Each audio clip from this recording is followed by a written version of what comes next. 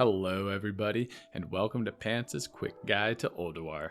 I'm going to do a brief run through of each fight. I'll talk about the mechanics to the fight, as well as what you can do to earn those juicy 99 parses.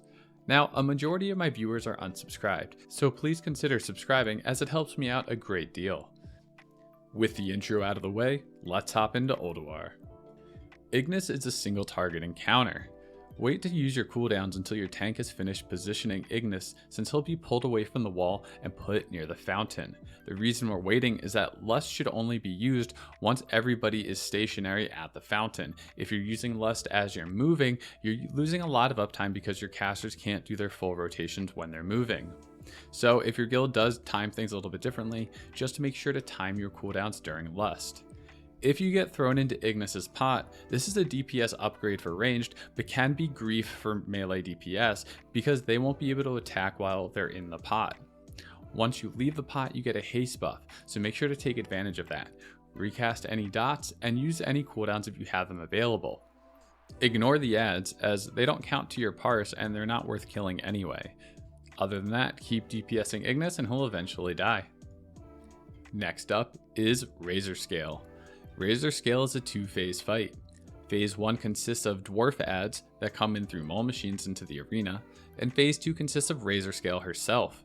The ads don't contribute to your parse, so there's no reason to race the rest of your raid and DPS them down too quickly.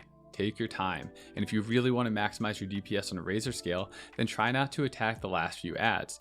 This way you will not proc any trinkets or any abilities you have through talents, so you can save them so that they'll proc on Razorscale as soon as you first start attacking her. Once Razorscale lands, she'll be dazed, and it's a race to get her to 50% before she takes off again. If your guild is unable to get her to 50%, she'll fly back up into the air and you'll have to do another ad phase. This will really grief your DPS for the fight, so make sure you one phase her if you want to have a good parse on this. Other than that, stay out of the fire and don't get hit by flame breath. Next on our list is XT. XT does have a hard mode, and I'll cover those mechanics after the easy mode. Once you get XT to 75%, his heart comes out, and his heart takes double the damage, so make sure you try to focus this for as long as you can. If you're not doing hard mode, make sure not to kill it, otherwise you'll be in for a rude awakening if you do. Ads will spawn from the corners of the room when the heart comes out, and they'll slowly walk towards XT. Don't rush over to kill them as they'll slowly waddle their way, and then you can just kill them once they get to you. If they get too close to XT, they will heal him though, so you do want to kill them before they do that. Throughout the fight, two debuffs will go out. One is called Searing Light, and one is called Gravity Bomb. Your raid should be stacked as that will help with dealing with the debuffs. If you're stacked on one of his sides, if you get the Searing Light debuff, run to the other side. You will still be able to DPS the boss if you're a melee, and you also won't hit anybody with the splash damage from the debuff. If you're doing this on hard mode, it will spawn an ad. That ad needs to be killed immediately, so melee should focus it and range should put some dots on it so that it dies before another one spawns. If these come out during Tantrum, they can be extremely deadly. The next debuff is called Gravity Bomb. When this expires, it will pull everybody who's within a 10-yard radius near you, which means it's going to interrupt their damage and their rotations, so you have to run out of the raid if you get this. On hard mode, this is going to drop a void zone on the ground after it expires. These need to be run out, and they need to be put in a way that you're not going to close yourselves in the arena, so try to keep an eye out and know where you would run it if you got the debuff. Other than that, keep focusing down the boss and he's going to die. Next up is Iron Council. Now the strategy here can differ depending on whether you do easy, medium, or hard mode, so I'm going to try to generalize everything that should cover the different types of the fight. Number 1 for damage is make sure you're always standing in a rune of power. When one disappears, Mulgaim will usually cast another one, so there should always be one up. If you're doing hard mode, it's really important to snapshot your dots and all of your damaging debuffs onto Steelbreaker before Mulgaim dies. What this allows you to do is once you start focusing Steelbreaker, you already have your debuffs up, so you don't need to waste time doing that. You can go full send into your single target rotation. This is really important because the DPS timer can be tight on a first kill. If you're a class where your single target damage benefits from dotting other targets, then make sure to dot the other ads even if they're not your kill target. For fire mages, this would mean putting Living Bomb on the other ones, or Demonology warlocks can put Corruption on them to try to get some procs. Also, before you run out for Rune of Death, make sure to snapshot your dots or your abilities onto your kill target using the Rune of Power. This will make sure that you have maximum uptime on those abilities even while you're running away. Engineering boots can be used to a great effect here, while they can help you get out of the Rune of Death once it spawns and back into the Rune of Power quickly. And that's Iron Council. Next up is Kologarn. Multi-dotting and cleaving is the name of the game here. Think of this as a 3-target encounter, where one of those targets is your kill target. So you'll dot up both arms and the body, and then focus down whichever one of those your raid wants to kill first. Some guilds like to focus the body and passively cleave the arms until they're ready to die, or you can focus one of the arms first and then go to the body and then focus on the second arm and keep alternating arms. If you kill both arms at the same time, he will do a lot of raid-wide damage, so for lesser geared guilds, this might not be advisable. After you kill an arm, adds will spawn. You can ignore these as passive cleave will take care of them, and they don't count towards your parse. So if you want that 99, keep focusing Kologarn and don't stop. Next up is Auriaya. So on the pull, you're going to want to AoE the cats, as they do count towards your DPS for the fight, and they are also extremely important to kill as they do a lot of damage. What I like to do is, as they're all running up to our group, I'll dot up Auriaya as she runs towards us, and then mind sear off of her to kill the adds once everything is in place. Warlocks can just go seed crazy, and other classes can use their cleave abilities. The swarming guardians that she spawns do not count towards your parse, so just let them die to passive cleave. It's not worth wasting your time to AoE them down. Before she casts her fear, either a shaman should drop Tremor Totem so that everybody is broken out, or you should have a priest fear ward themselves. If they fear ward themselves, they can cast and miss dispel just after the fear goes out, which will dispel most of the raid. While this will hurt your priest DPS, it will benefit the raid and everybody else will love you for it. Finally, after the fear, make sure that you stay stacked on your tank. She does an ability that splits all damage from targets it hits. If it hits one target, it will kill them, but if it hits 20 of you or 10 on 10 man, it will split the damage enough that everybody takes a relatively small amount of damage. Next up is Thorim. Thorim is a 2-phase encounter, and the first phase doesn't count to your parse. You'll split up the raid into arena members and tunnel members. Arena should be your melee DPS, a tank, and a healer, and the rest should go in the tunnel, so that's your ranged DPS, another tank, and some healers. The arena group just kills adds as they spawn, and the tunnel group will make their way through the tunnel. You'll fight a series of adds and then one big add at the end. Be careful to watch the big add in the back, as he will raise one of his arms. Whichever arm he raises will start glowing red, and he will eventually send a shockwave down that side of the room. If you're standing there, this will probably one-shot you, so make sure you avoid this. After you make your way through the tunnel, you'll have another big guy to kill, and then you make your way to Thorim. As you're running down to Thorim, don't run through the center of this room or you'll get stuck there for 20 or 30 seconds. I forget how long it is because it never actually happened to me, but just know that your raid will probably make fun of you if you do get stuck. Once you land and the fight begins, it's a single target encounter to kill Thorim. You should lust immediately and use all DPS cooldowns. Now, to maximize your damage is a bit of RNG. He's going to shoot a lightning attack that takes up about 20% of the room, and if he focuses your side, you're going to have to move.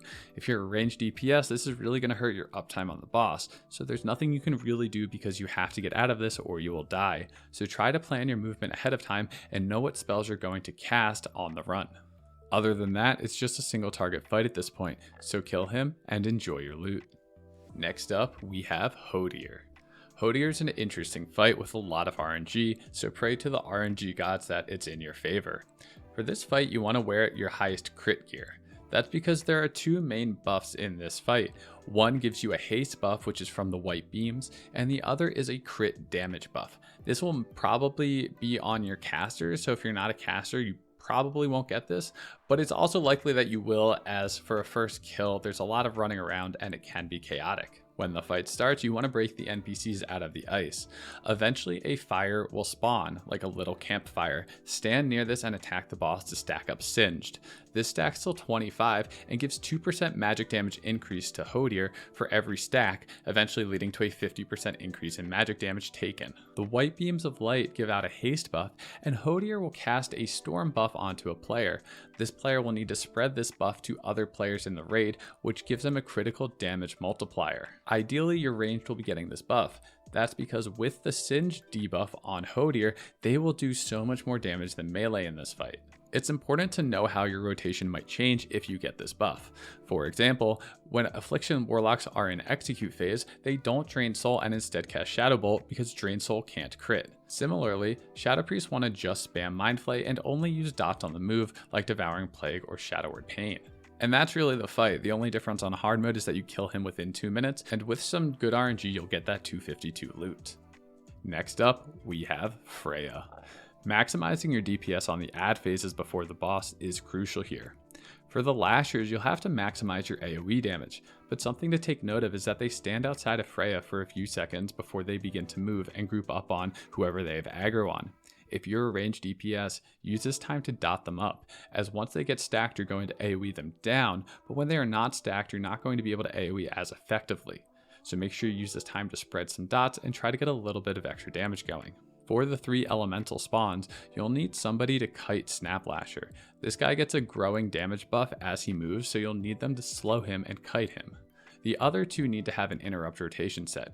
On 10 man a single person can interrupt them, but on 25 man you'll need multiple people to do it per mob.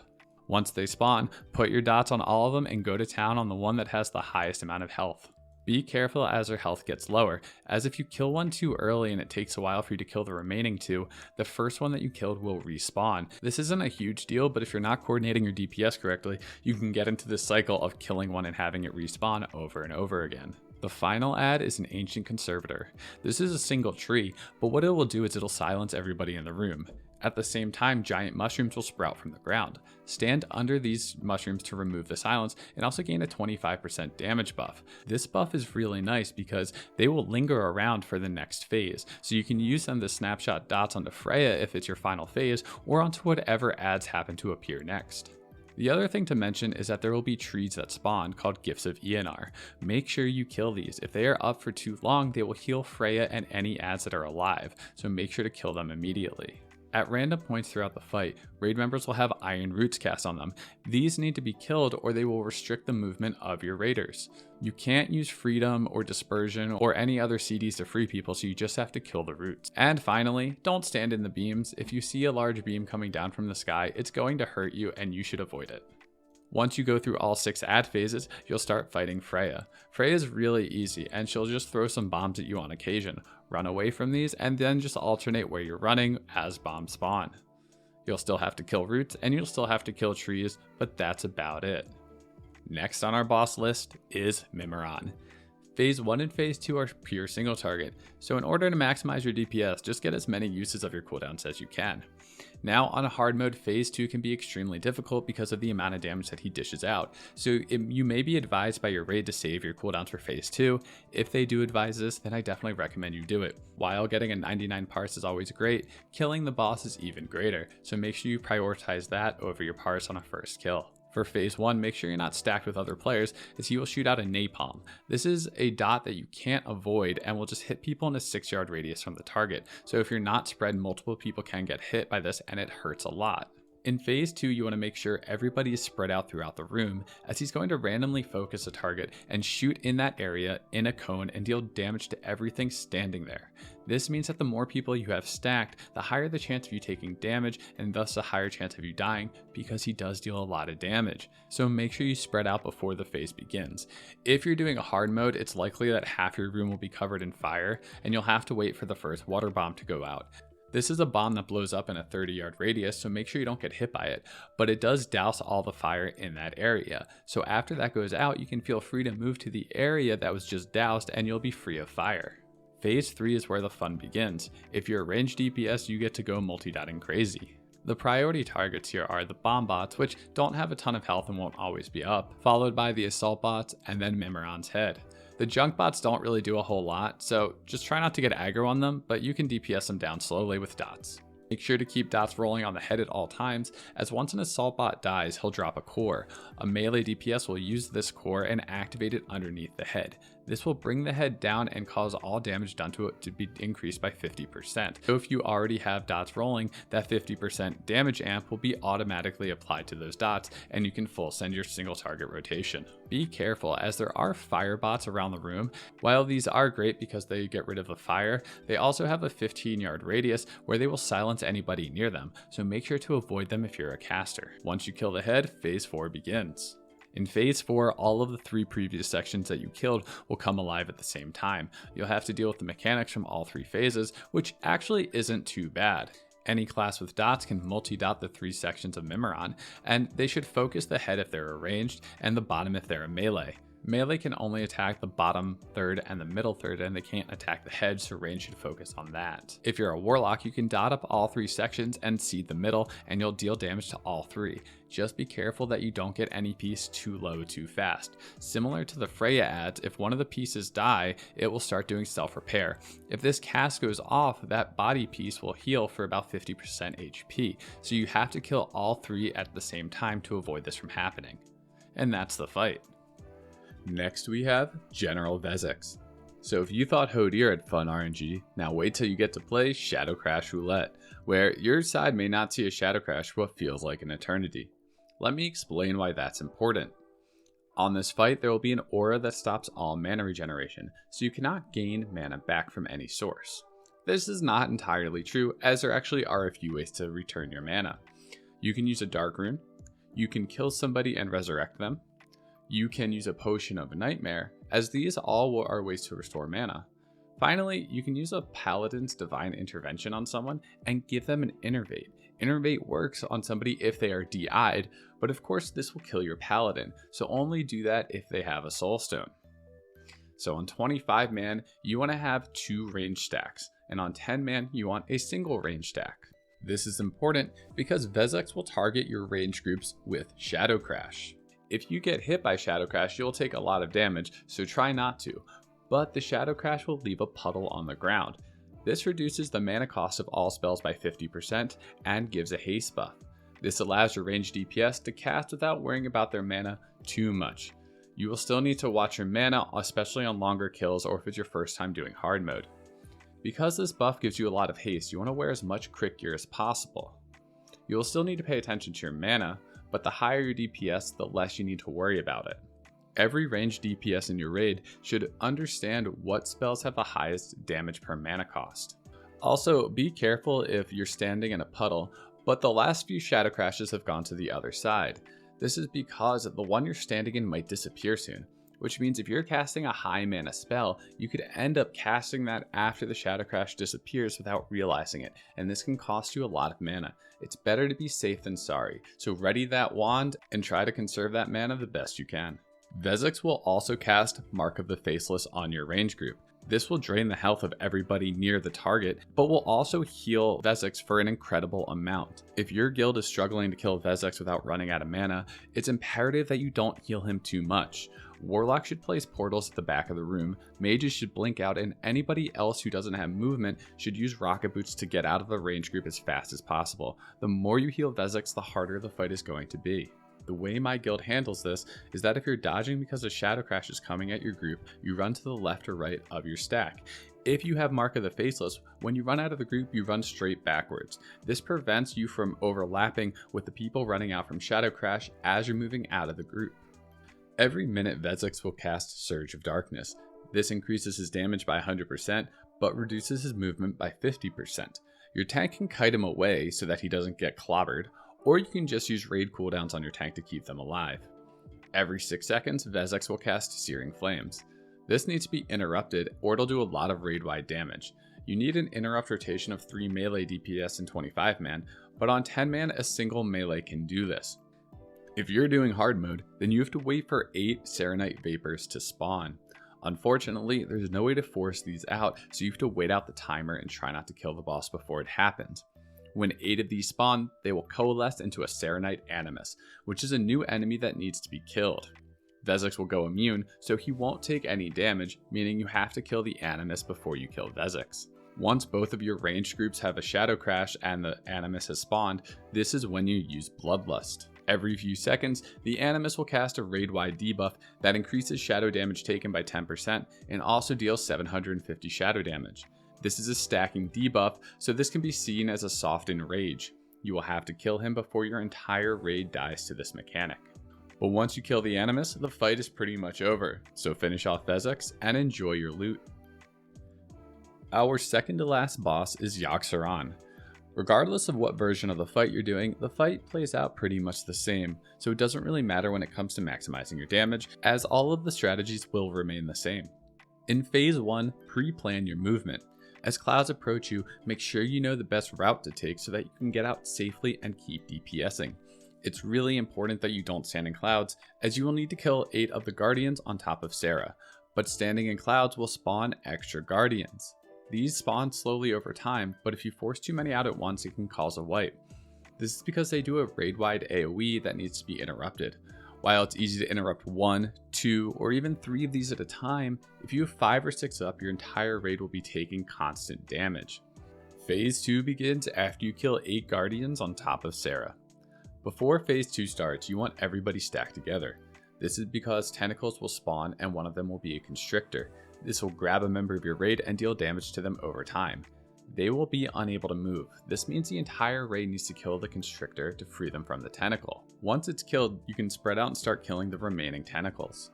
The order to kill tentacles are constrictor, and then crusher, and lastly, corruptors. If you're a class that can multi-dot, then multi-dotting the tentacles will allow you to do as much damage as possible. If you're a pet class, make sure that you do not send your pet on the crusher, as the crusher will one-shot it or anything that gets into melee range. Send them onto a corruptor and you should DPS the crusher yourself. If you're a class with a dispel, then try to dispel all of the debuffs that go out. These are cast from the corruptors, and since the corruptors are last on the priority list, it means there's going to be a lot of debuffs going around. There's a poison, a magic debuff, a disease, and a curse.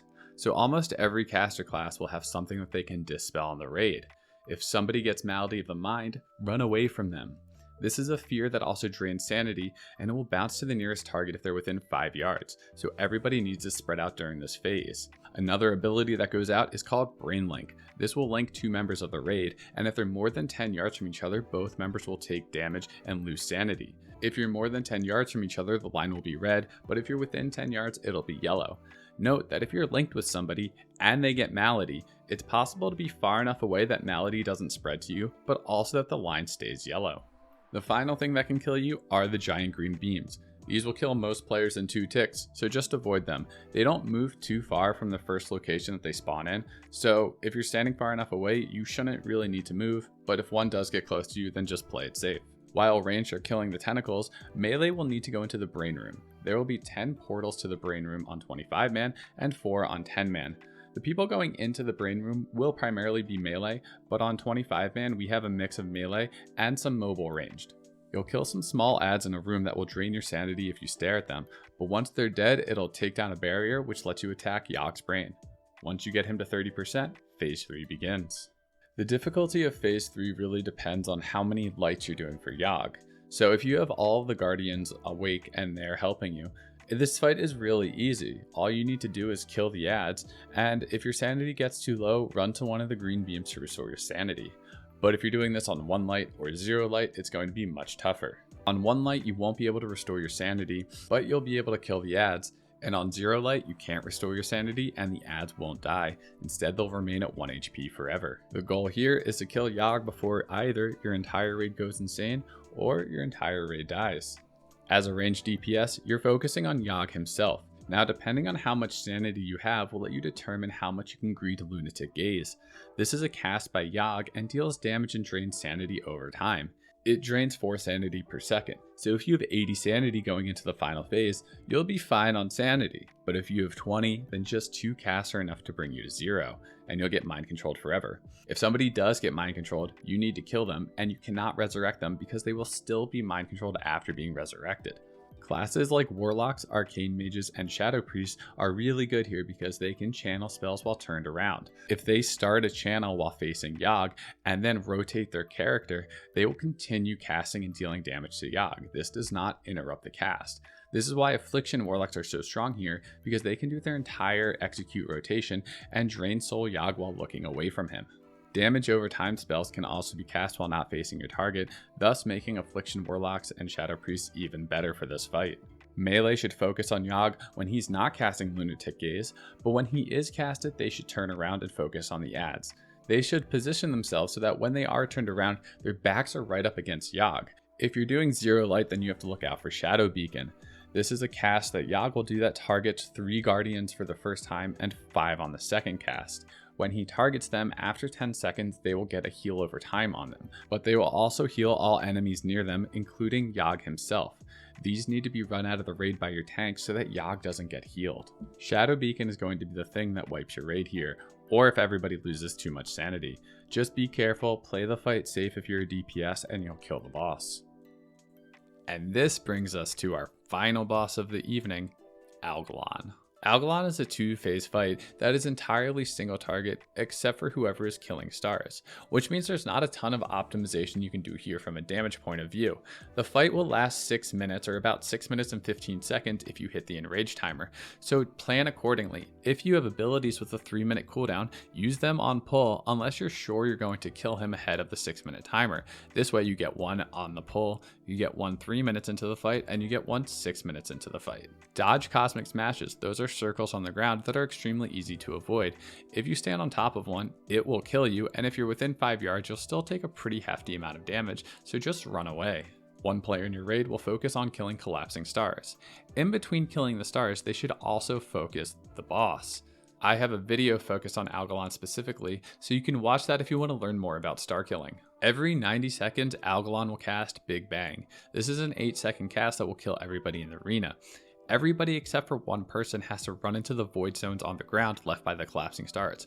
One person needs to stay back and soak the Big Bang. This can be a Shadow Priest with Dispersion, a Paladin tank with a lot of buffs, or just really any tank that has a lot of defensives. You can even use totems, but that might get patched, so be careful if you do that. At 20%, Phase 2 begins.